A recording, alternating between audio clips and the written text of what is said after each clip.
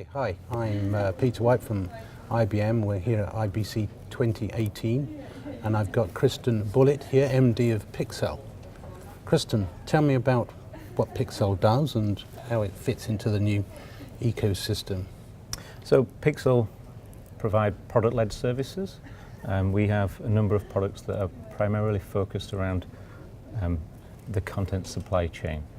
And when I say that, this is really focused on core metadata management, media supply chain processing, so workflow management and orchestration, distribution, and the cohesion of OTT services within that product suite.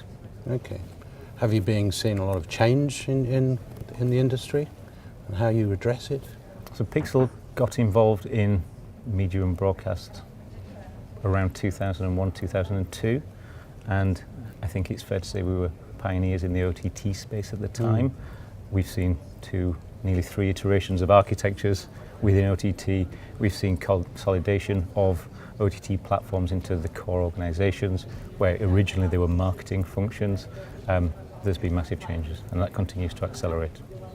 Okay, and do you feel now with the consolidation in the industry as well that gives you more opportunity, or are you up against more competition?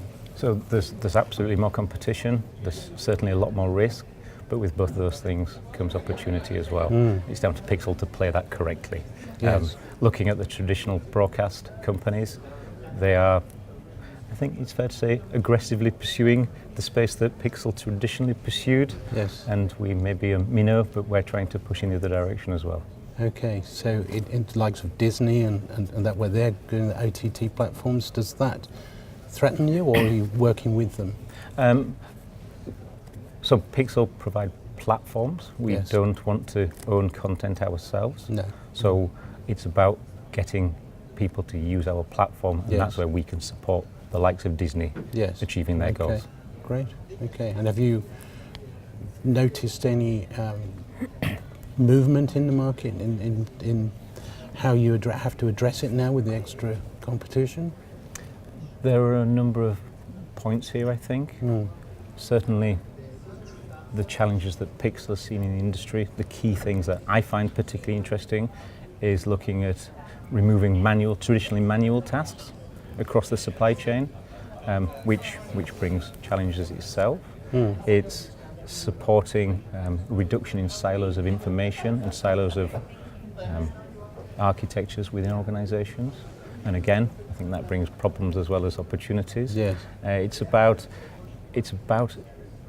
getting to a point where our products can support the industry in accelerating the way they do their work, Right. and ultimately accelerating consumption at the Yes. end perspective as well.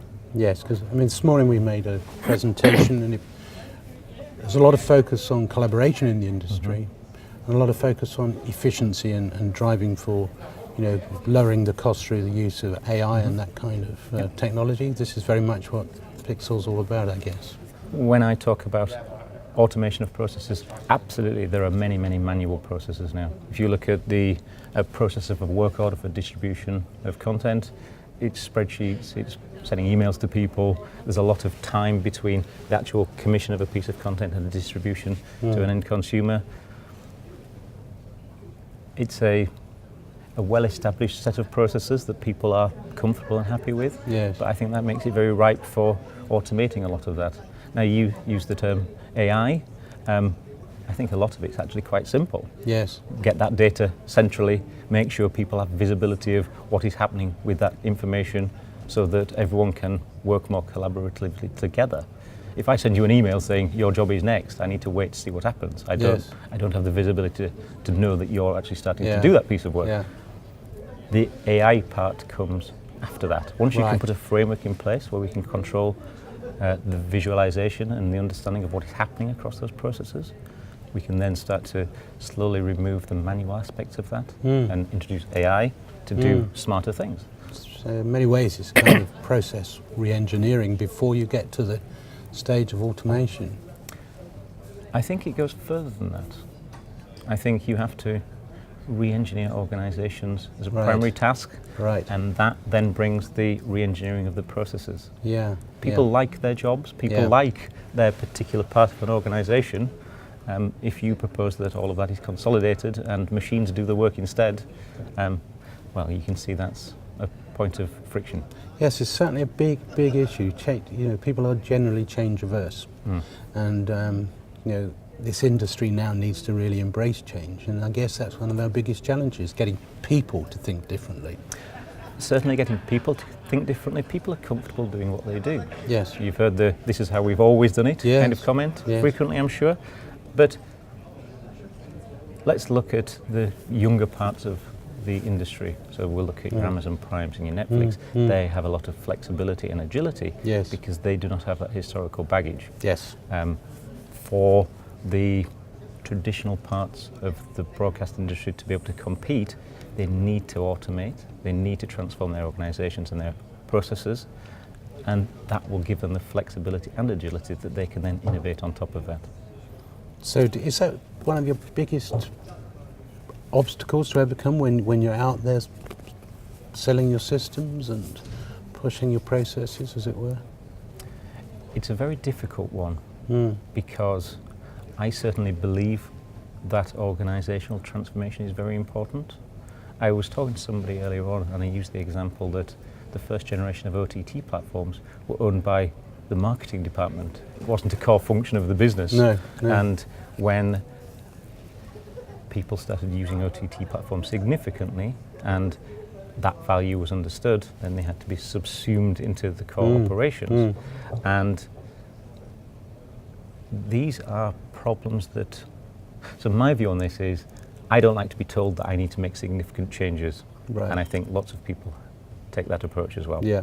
So it's a learning exercise, and I firmly believe many large organizations need to learn that themselves, which personally for me is a frustration because I want to help them. Yes. Yes. The timing has to be right, Yes. and then I believe Piksel can massively help some of these companies transform their processes. Okay. So where do you see Piksel being in 5 years' time?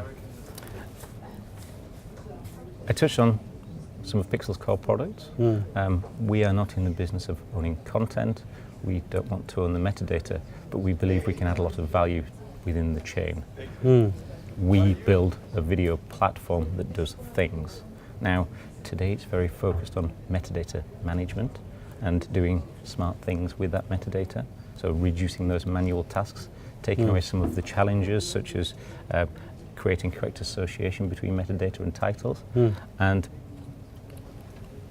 I'd like to continue that journey. Now, I wouldn't want Piksel to be a MAM, but providing a video platform that allows organizations to have a consolidated view of all of the data in their organization. And when I talk about data, I talk about metadata, and I'm thinking about the descriptive, the technical, the schedule, and the insightful metadata. By placing that all in a single place and providing a powerful set of tools enabling organizations to visually understand what is happening with their content, I think Piksel can add a lot of value there. If I can take a title-centric view to my organization, I'm not then processing work orders. It's not, I'm going to distribute these 3,000 pieces of content to here. It's what is happening to this title, where is it available, how can people use it, what is the value coming from this particular title. And With the focus on multi-platform delivery, I guess by focusing on a title, it gives more focus to the actual piece of work rather than a work order, as you say, so they can actually distribute it over different platforms at different times, but they're all kind of linked together. Yeah, so you're bringing all that data back to that central point, and from an operational perspective, you know what value you are getting out of that piece of content.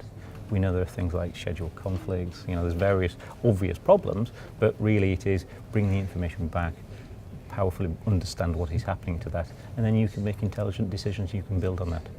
Great, okay. So, you're here at IBC 2018. Are you looking forward to it? Do you expect to have a great show? I think IBC gets more exciting every year. Yes. I genuinely get excited. Yes. For about 3 or 4 weeks before I get here. Yeah. No sleep last night because I wanted to get in here. Yes. Yeah, I love it. I'm going to head down the future zones as soon as I can. It's just the problem of having meetings with customers gets in the way. Yes, I know what you mean. But you're very passionate about your business, and I think I wish you all the best for IBC 2018 in the future. Thank you. I've been Peter White, IABM IBC 2018. Thank you.